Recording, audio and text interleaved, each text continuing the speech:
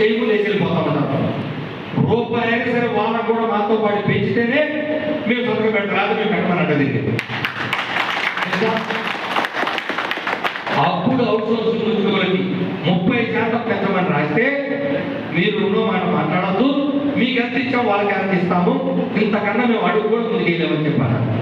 అప్పుడు వాళ్ళకు కూడా 23% తీసుకొని అప్పుడు సంతకాలు పెట్టాము. అంటే మిత్రులారా, ఉద్యమం వృధా పోయేలా అవన్నీ మాతో అప్పుడు దాకా ఎవరైనా మాట్లాడారా? ఒక్కరు చర్చించారా?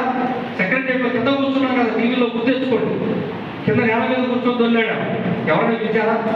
చెలో విజయవాడ తర్వాతనే ఈ చర్చలని సమరమై మనతో చర్చించి మనకు రావాల్సిన విషయాలు అయినాయి. కొంతమంది తెలియక అదే వేస్ట్గా పిలిపించారు, అయిపోయింది. ఎందుకు వేస్ట్ అవుతుంది? ఏది వేస్ట్ కాకపోతే తర్వాత అంటే దాని తదనంతరం ఒప్పందం చేసుకున్న అంశాన్ని ప్రభుత్వం పరిష్కరించింది.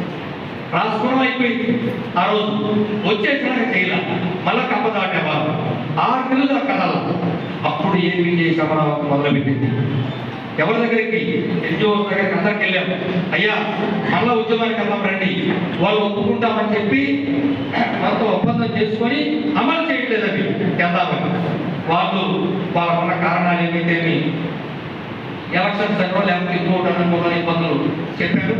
అయినా ఏపీజే సమరావతి ఏమైనా వెనక తగ్గిందా? గుర్తెచ్చుకోండి చరిత్రని. 92 రోజులు నట్ట నడి ఎండ మీద ఇక్కడ అనేక మంది గట్లు కూర్చుని వచ్చారు కూడా. అనేక మంది ఉద్యమం చేసి 92 రోజులు చేస్తే ఎన్ని జీవోలు తెచ్చాం మిత్రులారా? ఒక్క ఆర్టీసీకే అప్పుడే ప్రభుత్వంలోకి వచ్చింది, ఒక్క ఆర్టీసీకే 9 జీవోలు తీసుకొచ్చిన కదా ఆర్టీసీ ఒక్కడికి.